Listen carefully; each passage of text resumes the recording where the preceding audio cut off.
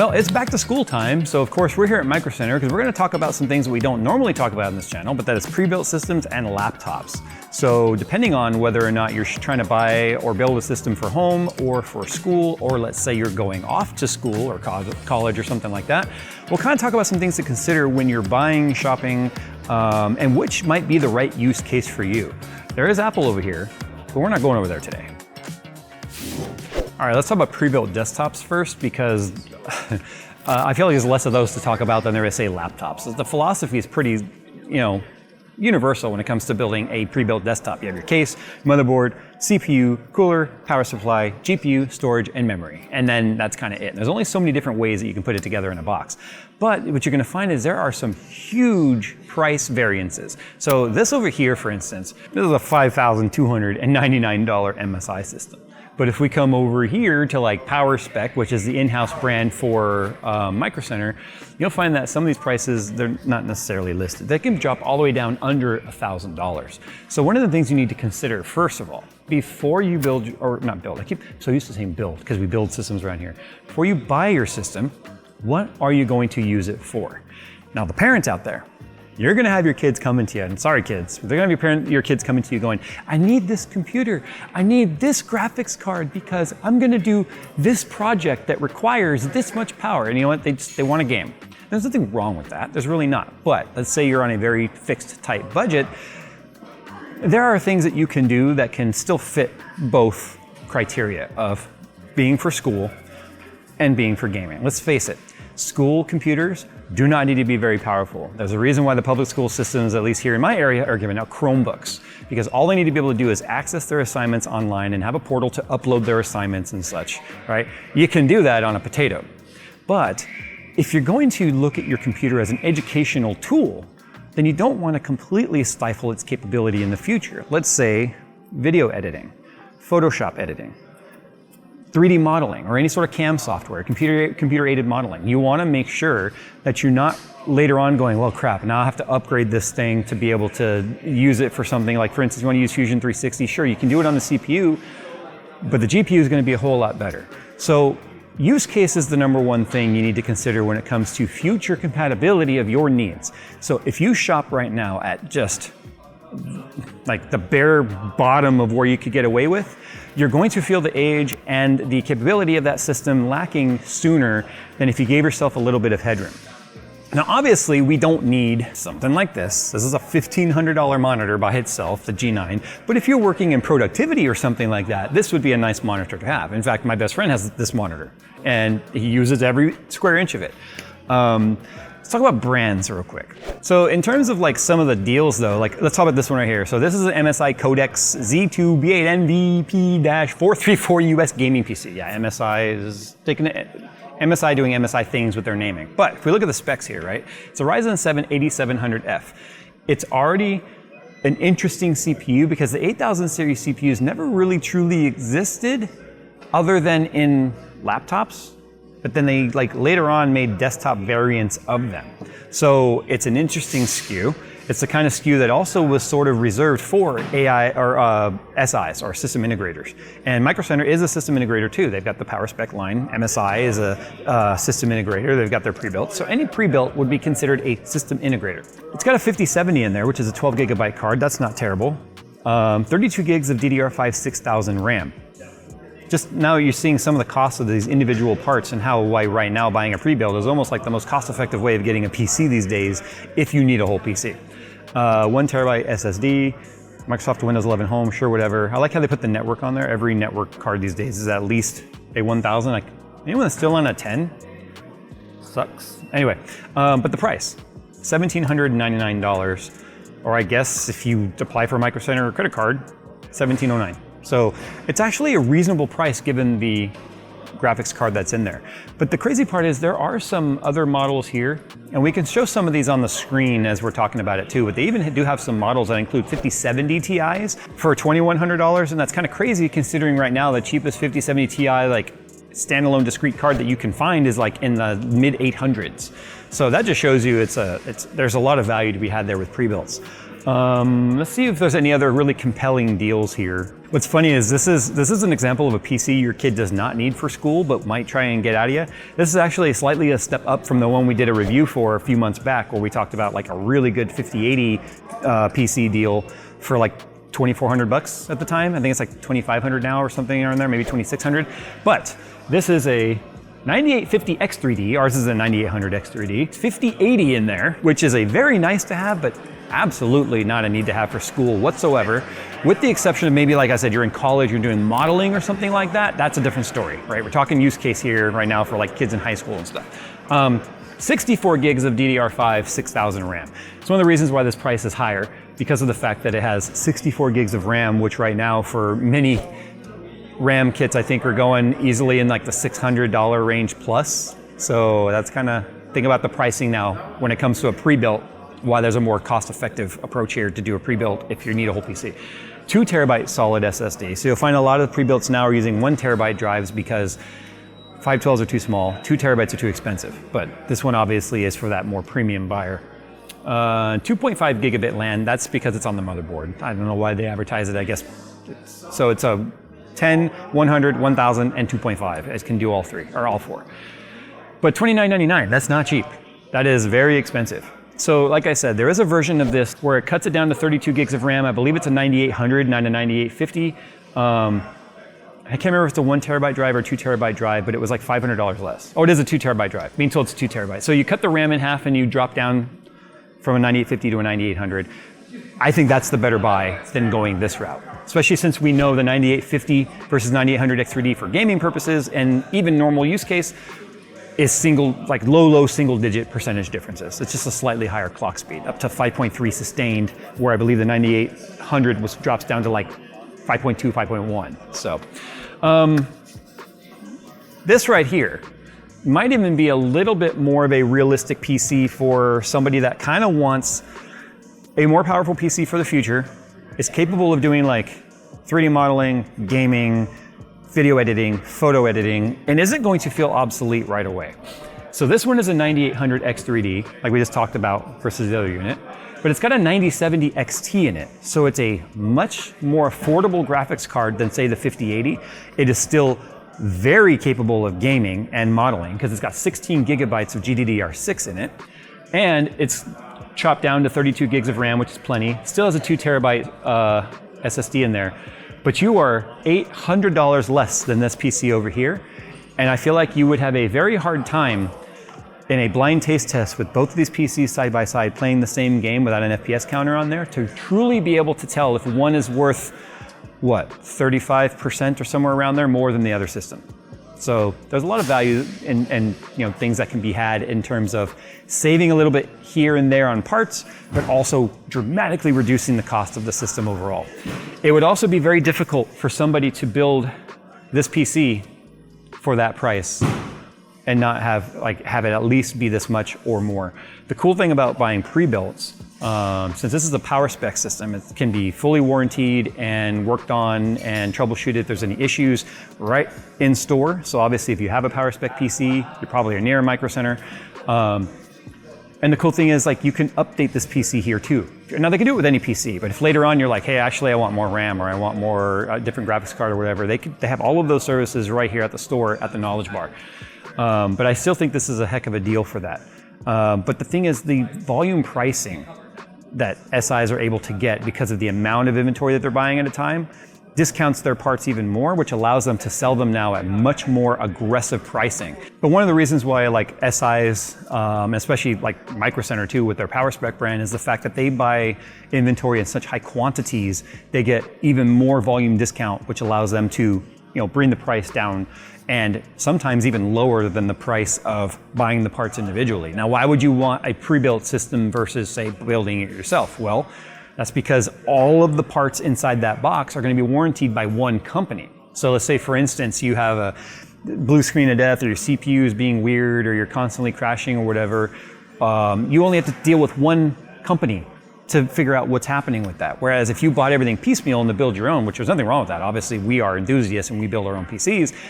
You have to figure out and troubleshoot what's wrong, and then you have to individually talk to that company for getting things RMA'd or sent off or whatnot. So at least, you know, having one point of contact, if you're not an enthusiast or a builder, makes you feel like you have a lot more peace of mind, if you will, when it comes to trying to troubleshoot your system or have a warranty in place. Also too, the SI warranties are a bit more aggressive because they cover the whole PC, not just the individual components and their individual warranties when you buy it separately.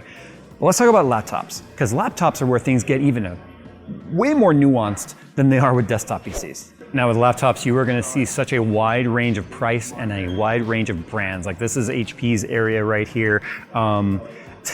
See, that's $1,099, that's $2,399, $1,799, $1,700, $1,500, $899, $899, $849. Over here on the Asus side, you'll see even more premium pricing, $1,800, $1,100, $1,600, $1,400. They're all over the place, right? Now here's what's crazy about this. HP is not typically a brand you think of when it comes to gaming PC unless you specifically are looking at their Omen line. Like Omen is their gaming sub-brand within HP, if you will. That's why it's called HP Omen. Just like with Dell had like the XPS, obviously Dell now has Alienware. But let's look at this for an example. This is the HP OmniBook 7 Flip Next. So it has some interesting characteristics to it, where it's kind of like a tablet at the same time. Does have touch screen, but if we look here at the specs, this isn't something you want to look at if you were trying to buy a dual purpose laptop that can, remember, gaming PCs also make great editing PCs because of the GPU. Okay, that's usually the first way to look at it. And then there's obviously nuances there with how much VRAM, you know, how much system RAM, all of that. But gaming PCs always make better productivity PCs than productivities make gaming PCs. Okay, let's think of it that way. But check this out. It's a Core Ultra 9 288V 3.2 gig, 32 gigs of LPDDR5X, that's low power by the way, 8533 onboard RAM, so already very high RAM usage. Now we're looking very much into a more workstation-y type laptop. Only 1 terabyte drive, Intel Arc 140V graphics. Like, it's Intel Arc integrated. So although it can probably play some games in like 1080p low and stuff, it is not going to be an amazing experience with that. And I don't know what the resolution is on this. Let's see if I can figure this out real quick. This appears to be a high resolution panel. 2880 by 1800. So laptops are also going to usually have very weird resolution and aspect ratios depending on the panel. Like you'll find them in all sorts of weird numbers. At that resolution with that GPU, don't expect a good gaming scenario. However, if you look over here, this one has AMD Radeon, the touchscreen. This is only $800. Has the AMD Radeon 840M graphics, 16 gigabytes of 5600 RAM. So keep this in mind. That is shared RAM between the CPU and the graphics. And it's only $800. It's a Ryzen AI 5 430. They're a new AI line of CPUs are such a weird name. That came out last year. But if we come over here to the Omen, this is, wow, it's a pretty aggressive sale. $900 off. $21.99 down to $12.99. Let's look at this, because here's the thing. I am here to get a laptop today. My laptop is older.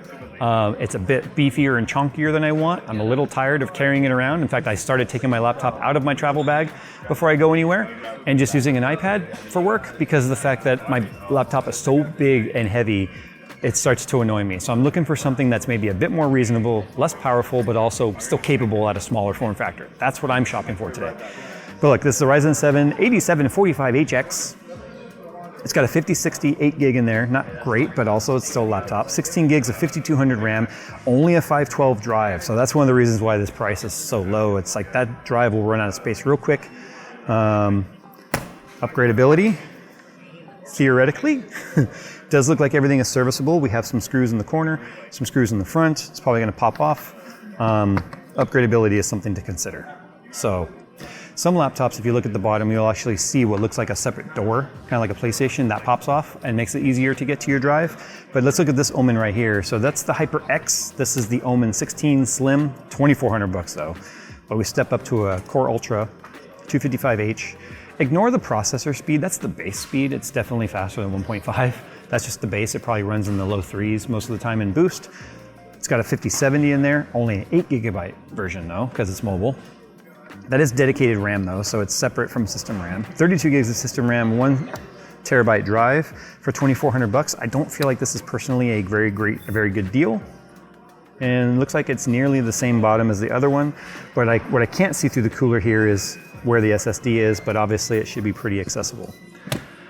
So let's just, I guess, kind of look at some other stuff here. So I don't even see the specs on this guy here. It's kind of thick. Like, you'll find more of the gaming laptops tend to be thicker because of the fact that they're trying to make more room for cooling, like shared heat pipe systems, having a little bit more volume of air to keep things a little running a little cooler, bigger vents on the bottom. But what I can't see here is even how this comes apart. Like, I don't see any obvious screw holes, because I think serviceability and upgradability on a laptop is important. So that one's kind of out for now. This is 1700, it's got an 8940HX, 2.4 gigs, another 5070 in their 8 gig card, 32 gigs, 1 terabyte. This is a much better buy already than the HP Omen. If we take a look at resolution on this screen, I wish they'd put the res on the screens. So it's a 1080p panel with a little bit more vertical height, so it's not 16 by 9, 16 by 10. So, and I'd be fine with that. I don't think there's anything wrong with a 1920 on a 16-inch laptop. Like, putting 4K on a form factor at like 16 or 17 inches is ridiculous.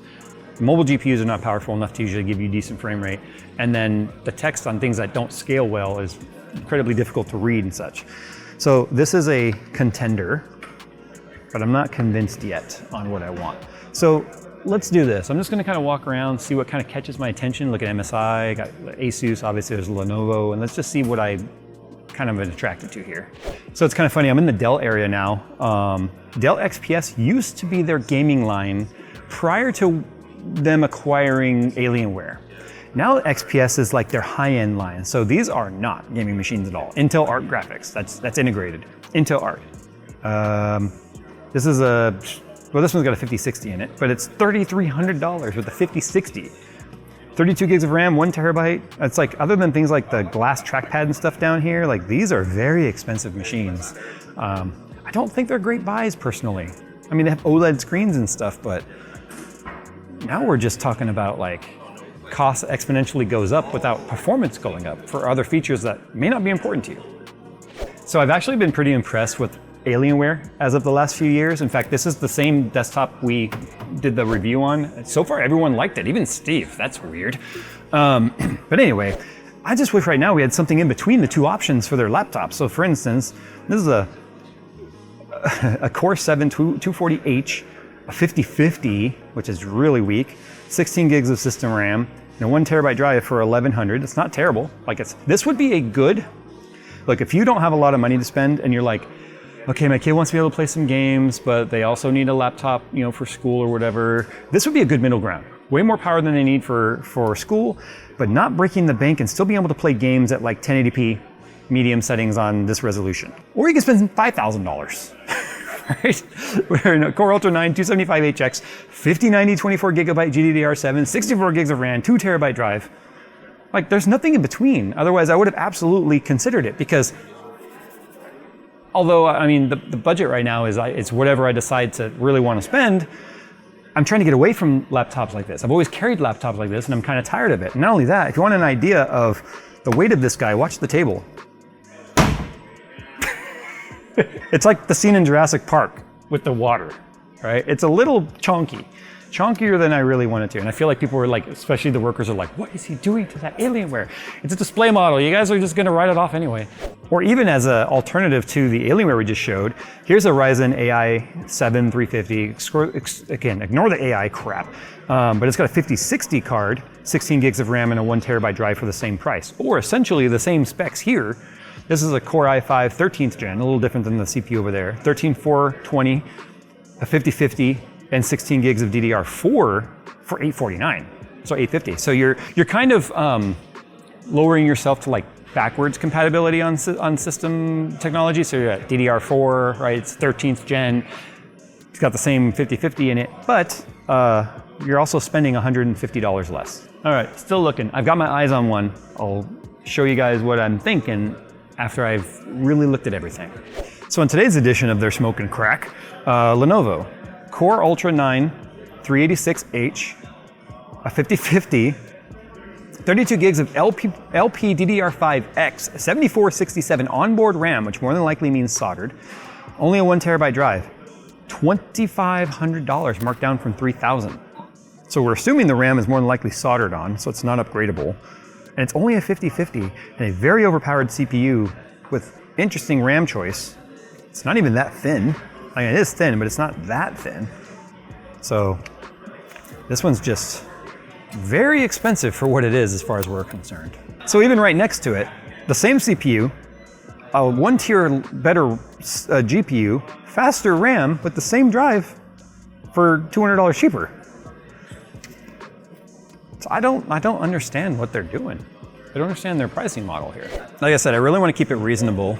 It's on sale, $400 off. So this is the MSI Titan 18-inch, Ultra 9, 290HX, 5090, 64 gigs of 6400 RAM, 2 terabytes of drive, full-size SD UHS 3 memory card reader for the bargain deal of $6,000. This has to be at least a 4K screen. It's very high refresh rate, I can tell you that already. So this is a greater than 4K resolution because it's 4K wide and 16:10 resolution, so it's got that extra aspect ratio in the height. So I guess you need a 5090 for that. Okay, so I've narrowed it down to 2. These are the exact same specs as the one that I'm gonna get, but it's cheaper than the one I'm gonna get, and I'm gonna explain why. The specs on this guy is a 16-inch laptop. This is an MSI Raider 16 Max HX. The MSI laptops are not known to be that thin, but that's okay. I would rather it be a little thicker where it matters and have good cooling. This appears to have good cooling. It appears to have easy accessibility.